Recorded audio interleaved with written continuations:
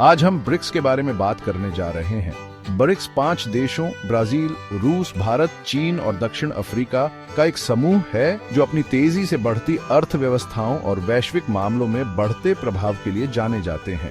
BRICS शब्द की शुरुआत 2001 में गोल्डमैन सैक्स के अर्थशास्त्री जिम ओनील ने की थी, जो इन 4 देशों की विकास क्षमता को दर्शाता है। 2010 में दक्षिण अफ्रीका के शामिल होने के साथ ये समूह ब्रिक्स बन गया। ब्रिक्स का उद्देश्य अपने सदस्य देशों के बीच आर्थिक सहयोग को बढ़ावा देना और वैश्विक शासन में उनकी भूमिका को मजबूत करना है। ये देश नियमित रूप से शिखर सम्मेलन आयोजित करते हैं, व्यापार और निवेश को बढ़ावा देते हैं और विभिन्न क्षेत्रों में सहयोग करते हैं। ब्रिक्स देशों की कुल आबादी दुनिया की आबादी का लगभग 40% है और उनकी संयुक्त जीडीपी वैश्विक जीडीपी का एक महत्वपूर्ण हिस्सा है। ब्रिक्स के भीतर प्रत्येक देश का अपना विशेष आर्थिक महत्व है। ब्राजील अपनी विशाल प्राकृतिक संपदा, विशेष रूप से कृषि और खनन के लिए जाना जाता है। रूस ऊर्जा का एक प्रमुख उत्पादक है और उसकी सैन्य शक्ति भी काफी है। भारत अपनी विशाल आबादी, बढ़ती प्रौद्योगिकी क्षेत्र और मजबूत सेवा क्षेत्र के साथ एक उभरती हुई आर्थिक महाशक्ति है। चीन दुनिया की दूसरी सबसे बड़ी अर्थव्यवस्था है, जो विनिर्माण और निर्यात में एक वैश्विक नेता है। दक्षिण अफ्रीका अफ्रीकी महाद्वीप में सबसे विकसित अर्थव्यवस्था है और खनिज संसाधनों में समृद्ध है।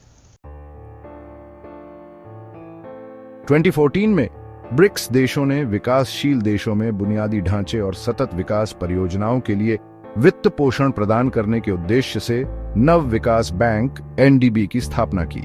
एनडीबी का मुख्यालय शंघाई, चीन में स्थित है और इसका उद्देश्य विकासशील देशों को ऋण और अनुदान प्रदान करके विश्व बैंक और अंतर्राष्ट्रीय मुद्रा कोष IMF जैसे मौजूदा बहुपक्षीय विकास बैंकों का एक विकल्प प्रदान करना है। एनडीबी का ध्यान बुनियादी ढांचे के विकास जैसे परिवहन, ऊर्जा और दूरसंचार, साथ ही जलवायु परिवर्तन शमन और अनुकूलन परियोजनाओं पर है। बैंक का लक्ष्य अपने सदस्य देशों और अन्य विकासशील देशों में सतत आर्थिक विकास और सामाजिक प्रगति को बढ़ावा देना है। एनडीबी की स्थापना को ब्रिक्स देशों द्वारा वैश्विक वित्तीय व्यवस्था में एक महत्वपूर्ण कदम के रूप में देखा जाता है, जो विकासशील देशों की जरूरतों और प्राथमिकताओं को बेहतर ढंग से दर्शाता है। बैंक ने अपनी स्थापना के बाद से कई परियोजनाओं को मंजूरी दी है, जिसमें भारत में एक सौर ऊर्जा परियोजना और रूस में एक सड़क उन्नयन परियोजना शामिल है। अपनी स्थापना के बाद से ब्रिक्स ने कई उपलब्धियां हासिल की हैं, जिसमें अंतर्राष्ट्रीय मंचों में समन्वय बढ़ाना, व्यापार और निवेश को बढ़ावा देना और एनडीबी के माध्यम से विकास वित्त प्रदान करना शामिल है। ब्रिक्स देशों ने वैश्विक शासन में सुधार और विकासशील देशों के लिए अधिक प्रतिनिधित्व और आवाज की वकालत की है।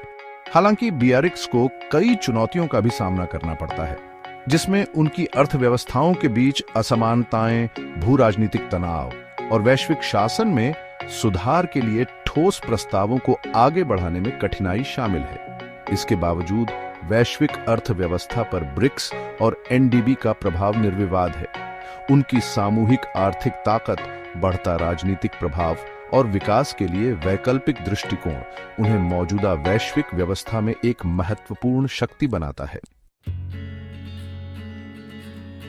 ब्रिक्स और एनडीबी का भविष्य वैश्विक राजनीति और अर्थव्यवस्था की गतिशीलता पर निर्भर करता है। यदि ये देश अपनी आंतरिक चुनौतियों का समाधान कर सकते हैं और अपने बीच सहयोग को मजबूत कर सकते हैं, तो वे वैश्विक शासन को आकार देने और अधिक न्याय संगत और समावेशी अंतर्राष्ट्रीय व्यवस्था बनाने में महत्वपूर्ण भूमिका निभा सकते हैं। हालांकि यदि वे मतभेदों और बाहरी दबावों के आगे झुक जाते हैं, तो उनका प्रभाव कम हो सकता है और वे अपने वादे को पूरा करने में विफल हो सकते हैं। ये देखना दिलचस्प होगा कि ब्रिक्स और एनडीबी आने वाले वर्षों में कैसे विकसित होते हैं और एक बदलते वैश्विक परिदृश्य में खुद को कैसे ढालते हैं।